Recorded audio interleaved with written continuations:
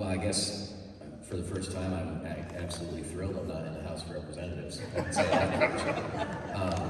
We don't have nearly as a contentious or threatening relationship in the Senate.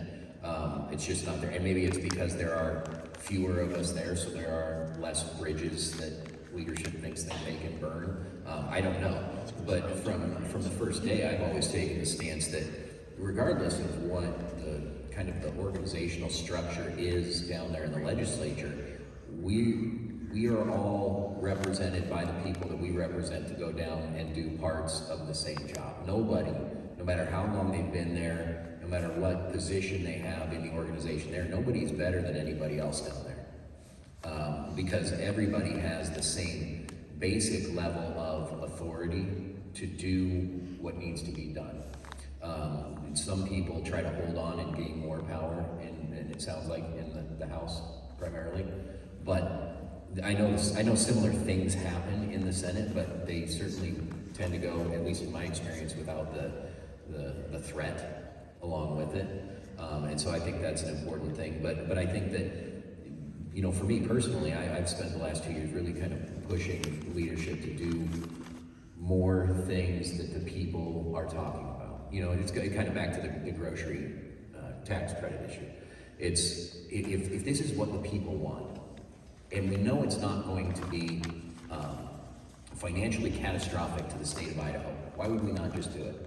Why would we not just go down that path and do what the people want, and move from there? And that's what I mean. And I have these conversations with leadership, and I try to explain to them just kind of the more pragmatic nature of the way we should be doing things, as opposed to some of the more traditional ways that we've been doing things. Because I have a similar sentiment on committee chairman and not hearing bills. I think all bills need to be heard in some way or another. How far they make it through the process is another discussion. But to just kind of keep some of these things secret and really kill them before they ever have a chance to have proper public discourse about what we can be doing better is, I think it's short-sighted, and I don't think it serves any of us to do that. So I similar to kind of Tony's sentiment, I like to go in there and say, no, I think we can be doing things better. And if they disagree, then I will keep continuing to try to convince them. And if that means that there's changes needed in leadership itself, then that's what we have to do. So, thank you. Vito. Vito, do you want to answer? You gotta be kidding. Politics is a contact sport. It is not easy. I was a chair for 4 years. I was removed. I was uncooperative.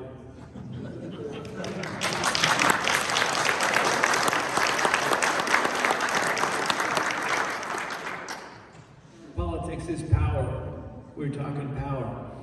I know one legislator from the north insisted there wasn't power in leadership. You know, you got to understand, this is about power. If you want to be governor to make change for the good of whatever, you better play the game properly, or you're not going to get there. Money, campaigns, making the right decisions, listening to the right people, it's power. So those of us from the north, or the ugly stepchild, if you will, we have a little more trouble. Now, first of all, understand, I'm probably the most politically inept and incompetent that you're going to find down here. That's why I make these missteps. But I try to be articulate, I try to be clear. The intimidation, no, I'm not intimidated, obviously. But that doesn't mean that I'm going to rise to the, I don't know, lieutenant governor, whatever. It's not going to happen. It's simply not going to happen. So all of these things in terms of recognizing that there is power, and that the idea that, for instance, I don't agree necessarily that there are some bills we spent days on a hearing to add the words to the non-discriminatory statute about adding LGBTQ plus all of it. We spent days on that. There are times when these bills will be destructive to the process and there's no point in hearing them. Who makes that determination and how that's done? That's part of the process that we're all trying to address now is leadership changes. How can we make changes to the institution? But understand, you can be intimidated, not intimidated, in the mix, doing what you can. Politics is contact sport, and you can get hurt. If you expect to make anything of it, you better have relationships with people. You better be honest, you have integrity, you do that what you need to do to establish yourself and move from there. It's a myriad issue, lots of facets, and that's just touching on some of it, just to give a different perspective than my colleagues here.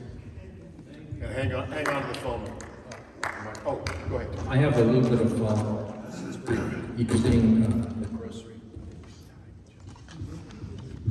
Since we were talking about the grocery tax repeal bill, that was presented to the Ways and Means Committee as a personal bill.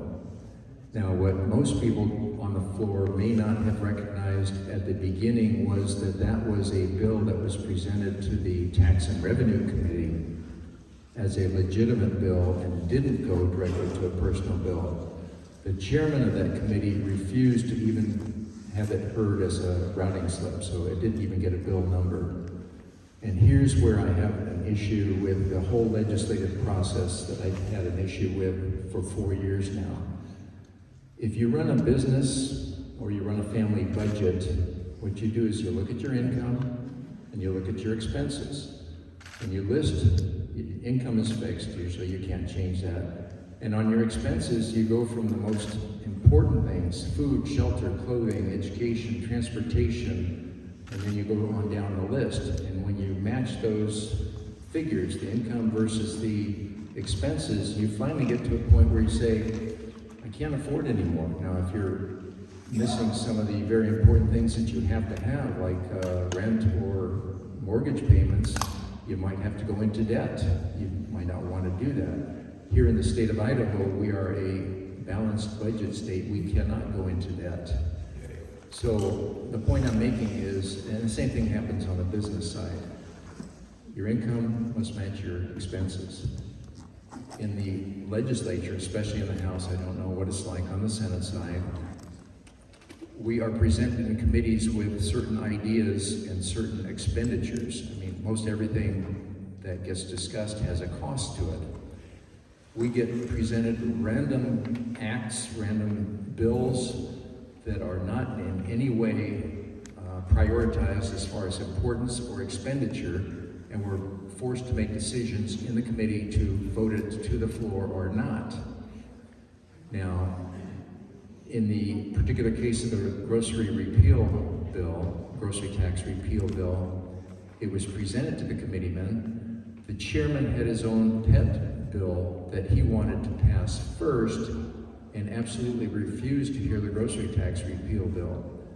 It should be the prerogative of the committees to decide what the priorities are. That single chairman, 1 out of 105 in the whole legislature, exercised more veto power than the governor. Does one person, one chairman, and you talked about what is the reason you want to become chairman? Power. And in a training class I was told politics is the adjudication of power. It's the dispensing of power. So you better know the hand that feeds you if you want to play that game. So the point I'm trying to make is the attempt was made legitimately to get it into the right committee. The only way it could be brought to the public attention was to put it in the Ways and Means Committee. The chairman of that committee said, you have the prerogative of getting it over to the proper committee, which that person on Nate actually did a second time and was refused. And so that's why this issue keeps getting brought up, to bring up this issue of the power of individual chairmen to hold up bills. And that's something that has to change for legitimate bills like the grocery tax repeal.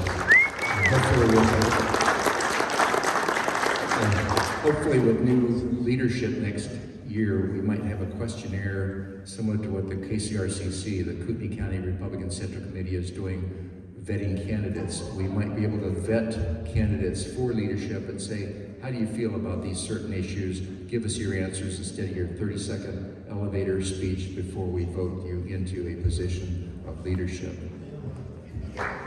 Thank you.